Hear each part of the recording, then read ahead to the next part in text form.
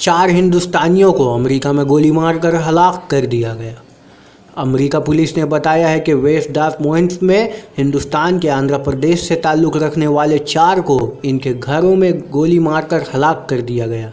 ये वाक़या हफ्ते के रोज़ पेश आया। वेस्ट डॉस मोइन्स पुलिस के मुताबिक महलूकीन की शनाख्त इस तरह की गई है। 22 साला चंद्रशेखर संकारा, 21 साला लोनिया संकारा और एक 10 साला लड़का और एक 15 साला लड़का शामिल है।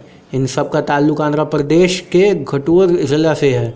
पुलिस ने बताया है कि महलूकीन के जिस्मों पर गोलियों की कई निशानें पाई गई है। पुलिस ने इब्तदाई तहकीकात के बाद बताया है कि चंद्रशेखर संकारा आला तालीम हासिल करने के लिए अमेरिका आया था और यहीं वो रह गया।